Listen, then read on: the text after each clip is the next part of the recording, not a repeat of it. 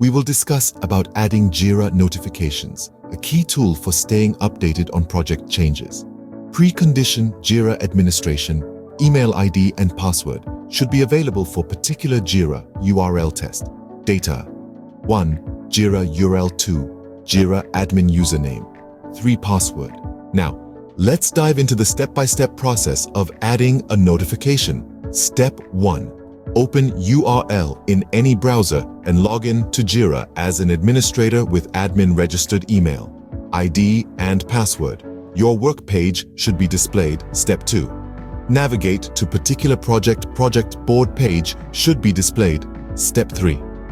Click on the project settings present in the bottom left side menu bar. Project settings, details, page should be displayed. Step 4. Click on the notification present below. Details on left side menu bar.